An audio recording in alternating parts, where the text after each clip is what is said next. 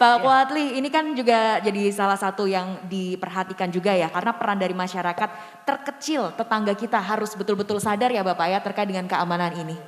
Ya baik, silahkan komentarnya Pak Kuatli. Ya, jadi perlu adanya kerjasama, bersinergi ya, atau berkolaborasi semua pihak yang ada di wilayah ya. Mulai dari tadi sampaikan itu pihak RT, RW, ya, lurah, ya, dan berbagai komunitas masyarakat. Apakah itu juga termasuk ormas misalnya. Jadi perlu ada kerjasama yang baik antara kita semua karena urusan keamanan ini urusan bersama, ya, bukan urusan orang per orang atau kepolisian atau TNI atau organisasi masyarakat, tapi urusan bersama. Oleh karena itu perlu adanya komunikasi yang intens di antara kita semua, unsur Polri, unsur TNI, kemudian unsur ormas ya, dan tokoh-tokoh masyarakat misalnya. Tapi dengan kita berkolaborasi seperti ini maka akan lebih optimal keamanan dan kenyamanan bagi warga kita. Nah, sehingga kalaupun tadi sampaikan mau keluar itu supaya hati-hati, menjaga rumahnya supaya aman dan sebagainya. Kalaupun ada yang terlupa, tidak nutup pintu dan lain sebagainya, tapi ketika ada kerjasama ini insya Allah tetap aman ya. Ya, masing-masing mengamankan rumah warganya. Ya, ini saya pikir ini satu hal yang sangat penting. Bahkan di perjalanan pun ya, kami menghimbau itu para pemudik itu juga bekerja sama dengan aparat yang ada di perjalanan ya. Apakah itu di rest area? Karena pernah beberapa kali pada masa-masa yang sebelumnya tuh ketika rest area penuh itu ditutup, orang mau keluar nggak bisa, mau masuk. Diminta masuk di rest area berikutnya. Nah, itu untuk pembatasan supaya tidak terjadi penumpukan seperti yang sampaikan tadi. Karena ini penting sekali terkait dengan penumpukan. Ketika ini merata di rest area para pemudik yang mampir itu, nah ini akan menghindari kemacetan-kemacetan yang ada di sana. Nah, ketika sudah masuk, nah katakanlah masih ada yang kebingungan mau melanjutkan perjalanan. Nah ini biasanya ada dari beberapa elemen masyarakat, bahkan partai politik ya, seperti dari kami, dari PKS, beberapa waktu yang lalu tuh membuat poskomudik. Nah itu ada membantu. lagi nih Pak di tahun 2022 ya. Ya rencana akan diadakan poskomudik untuk memudahkan bagi pemudik yang kesulitan melanjutkan perjalanan. Ataupun bahkan mereka perlu istirahat. Nah di poskomudik itu disiapkan makanan, minuman, dan lain sebagainya. Itu tentunya kalau sudah selesai buka puasa ya. Betul. Mudiknya pas puasa mudiknya pas masih bulan puasa ya. Bukan siang-siang ya.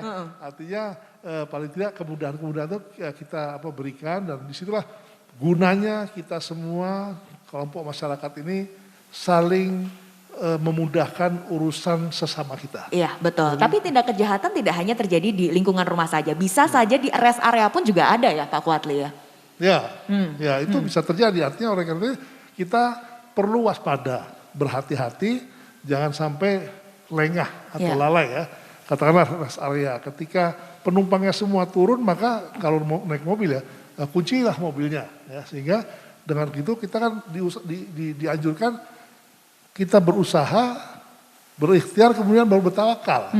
Jadi bukan lepas biar aja lah tawakal, enggak. Tapi dua-duanya harus kita lakukan, usaha itu kita lakukan seperti yang tadi disampaikan Ibu, bahwa ini semuanya harus kita lakukan secara bersama-sama dan semuanya berkolaborasi satu sama lain, sehingga dengan demikian kenyamanan, ketertiban di masyarakat terjaga. Iya, baik. Nah kita ke Bu Retno. Bu Retno, kalau masyarakat biar lebih paham lagi, titik-titik yang paling rawan untuk terjadinya tindak kejahatan itu biasanya di mana saja sih Bu Retno?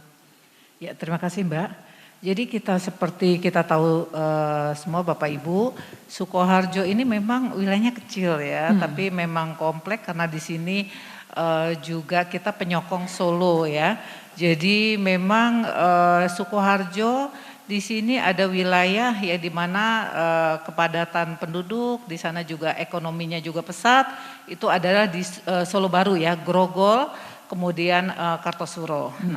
Nah untuk itu pada saat menjelang mudik ini Pospam itu titiknya di Kartosuro dan di mana Bundaran Solo Baru itu, kemudian yang satu di Simpang 5. Nah untuk itu kita juga dari kepolisian untuk memberikan rasa nyaman kepada masyarakat, itu dari kepolisian itu ada selain dari Polsek yang pemangku wilayah, dari kita Polres Sukoharjo, kita juga ada itu peleton siaga. Jadi pada saat malam itu melakukan patroli ya, baik itu dari siaga mau reskrim dan intel, apalagi ditujukan ke daerah-daerah rawan.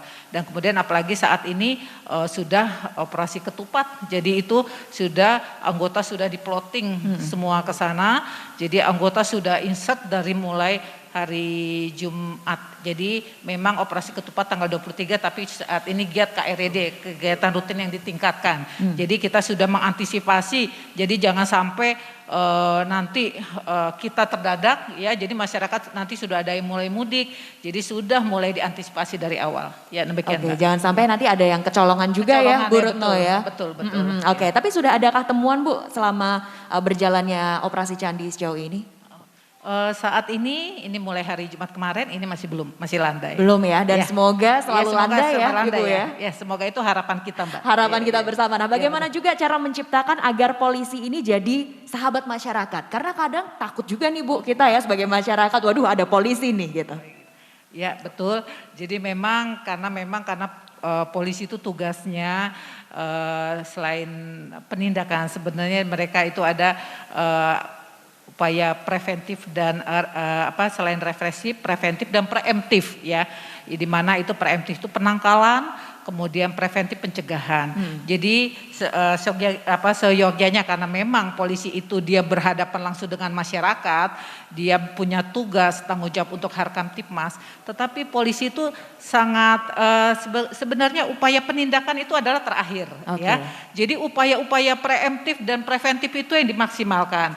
Jadi kita para Babin Kamtipmas ya, yang karena dia itu adalah yang terbawah ya. Jadi mereka yang ke masyarakat itu merangkul. Kita seperti Bapak Fadli sampaikan, kita tidak bisa bekerja sendiri. Ya. Jadi kita memang harus kerjasama ya, sampai di tingkat bawah maupun kita sampai di tingkat atas. Untuk itu semuanya itu kita dapatkan situasi keamanan ketertiban yang seperti kita dambakan itu butuh kerjasama semua pihak sampai ke level yang terbawah. Oke, ya, sampai ke level terbawah di masyarakat. Nah, kita ke Pak Kuatli yang selalu dekat dengan masyarakat nih ya Bapak ya, setiap harinya menyapa masyarakat. Bagaimana sih Pak respon dari masyarakat ketika menyambut Lebaran 2022 sudah diperbolehkan terkait dengan keamanan dan ketertiban mereka juga. Apakah mereka juga sudah cukup siap untuk mengamankan lingkungan mereka? Ya, yang pertama setelah mendengar bahwa mudik itu dibolehkan, ya tentunya kebahagiaan yang memuncak ya, buat masyarakat ya, karena sudah 2 tahun. Ya, rindu ya kampung halaman ya. Rindu sekali ya, dia rindu kampung halaman. Oleh karena itu mereka juga dengan semangat yang besar mempersiapkan semuanya itu, karena tetap himbauan dari pemerintah atau pemerintah daerah selalu dilakukan untuk menjaga berbagai hal, yaitu unsur kesehatan dan sebagainya, untuk unsur keamanan ya.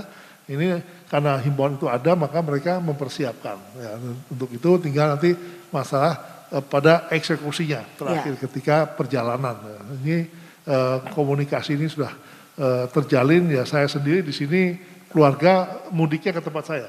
Mudiknya ke tempat Bapak?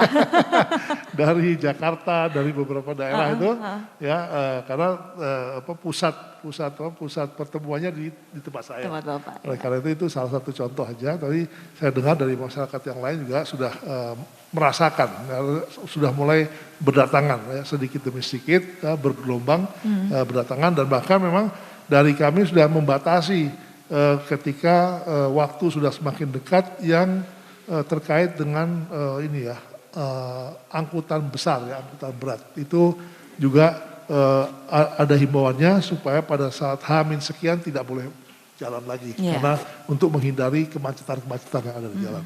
Nah, intinya kembali ke permasalahan itu, tentunya semuanya sudah berbahagia, dan mudah-mudahan kebahagiaan ini juga akan membawa kebaikan, keberkahan ya bulan Ramadan dan Idul Fitri. Dan tetap kita selalu berdoa bahwa insya Allah dengan semangat bersama, apalagi bulan suci Ramadan ini, Allah segera angkat COVID ini dari Amin. bumi Indonesia yang kita cintai ini. Amin, amin, amin. Nah kalau di masyarakat kan juga ada yang namanya siskamling ya Bapak ya. Siskamling, Oh, iya. ini kan juga pasti ada. Nah harapan Bapak apa? Apakah tetap dihidupkan di Lebaran tahun 2022 ini atau seperti apa Pak Kuatli? Yaitu ini ya termasuk yang local wisdom ya. Bagaimana lingkungan sekitarnya mau menghidupkan itu seperti apa dan mereka lah yang nanti membuat model-model. Ya, kita serahkan kepada lingkungan dan tentunya kita selalu mensupport ya. Ibu juga dari kepolisian mensupport, TNI mensupport ya. Artinya untuk kebaikan bersama kadang-kadang diperlukan hal seperti itu, siskamling itu. Nah makanya itu semuanya kan tergantung kondisi masing-masing ya. Nah, tapi tetap kita perlu menjaga kebersamaan. Oke, Gitu. salah satunya lewat siskamling itu atau mungkin ada model-model lain ya Bapak ya yang diterapkan di wilayah-wilayah di Sukoharjo ini.